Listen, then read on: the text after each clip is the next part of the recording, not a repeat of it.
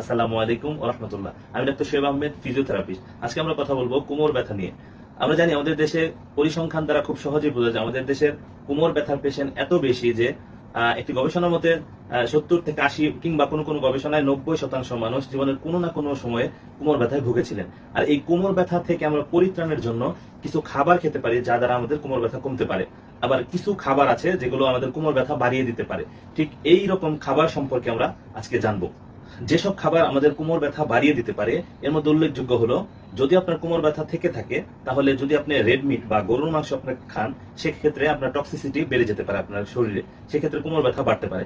এছাড়া যদি আপনার ইউরিক অ্যাসিডের পরিমাণ স্বাভাবিকের তুলনায় বেশি থাকে, অর্থাৎ ইউরিক অ্যাসিডের সমস্যা আপনার যদি থাকে, সেক্ষেত্রে আপনার কোমর ব্যথা হতে পারে। আর এই ইউরিক অ্যাসিড বাড়ার ক্ষেত্রে কিছু খাবার ওতপ্রোতভাবে জড়িত। এর মধ্যে উল্লেখযোগ্য পুঁই শাক, পালং শাক, এর সাথে আছে সামুদ্রিক যত ধরনের মাছ, এর সাথে মসুর ডাল অথবা গাজর, টমেটো ইত্যাদি এইরকম খাবার আপনার ইউরিক অ্যাসিড বাড়িয়ে দিতে পারে। আর এর ইউরিক অ্যাসিডের কারণে আপনার কোমর ব্যথা বেড়ে যেতে পারে।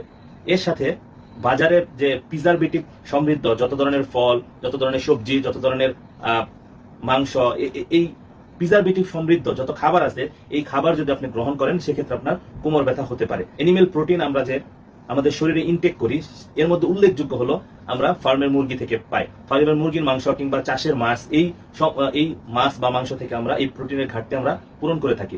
এই চাষের মাছ কিংবা এই ফার্মের মুরগি যে খাবার খায়, এর মধ্যে দেখা গেছে কোনো গবেষণায় দেখা গেছে যে এক্ষেত্রে আমাদের শরীরের স্বাভাবিক যে ক্রোমিয়াম লেভেল যতটুকু আমরা নিতে পারি তা হলো 0.003 অথবা 5 এরকম পরিমাণে আমাদের শরীরের জন্য স্বাভাবিক। কিন্তু দেখা গেছে যে এই মুরগি বা চাষের মাছকে যে খাবার খাওয়ানো হয়, সেক্ষেত্রে এই খাবারের মধ্যে ক্রোমিয়ামের পরিমাণ পয়েন্ট তো নাই, অর্থাৎ এই মাত্রা আমাদের জন্য একেবারে পয়জন বা বিষক্রিয়া তৈরি করে। ক্রোমিয়াম সমৃদ্ধ প্রোটিন এগুলো আমাদের ব্যথার পরিমাণ অনেক বাড়িয়ে দিচ্ছে। এবার জেনে নেওয়া যাক কোন খাবারগুলো আমাদের ব্যথা কমিয়ে রাখে। আমাদের যে সবজি জাতীয় খাবার বা আমাদের মশলা যেটাই বলে থাকি, সেটা হলো আদা। এই আদাতে ব্যথা নিয়ন্ত্রণকারী অ্যান্টি ইনফ্লামেটরি যে উপাদানগুলো এগুলো বিদ্যমান। আমরা আদাতে আমরা অ্যান্টি ইনফ্লামেটরি কিছু উপাদান পেয়ে থাকি, যা আমাদের এই ইনফ্লামেশন জনিত যত ধরনের ব্যথার উৎপন্ন হয়, এই ইনফ্লামেটরি কন্ডিশনগুলো কমিয়ে দেয়, যার দরুন আমাদের ব্যথা স্বাভাবিকতায় কমে যায়। কাঁচা হলুদ যদি আমরা খেতে পারি, সেক্ষেত্রে আমাদের ব্যথা কিছুটা হলেও কমিয়ে দিবে। এছাড়া ফলের মধ্যে আমরা যদি স্ট্রবেরি, ব্ল্যাকবেরি, এই বেরি জাতীয় যত ফল আছে আমরা যদি খেতে পারি, সেক্ষেত্রে আমাদের শরীরের যত ধরনের ব্যথা এগুলো আমরা কমাতে পারি। এছাড়া যদি এই কালো জিরা অত্যন্ত উপকারী এই ব্যথা উপশমের ক্ষেত্রে। এছাড়া আমরা রসুন অধিক পরিমাণ যদি খেতে পারি, সেক্ষেত্রে আমাদের শরীরের ব্যথা অনেকাংশে কমিয়ে দিবে।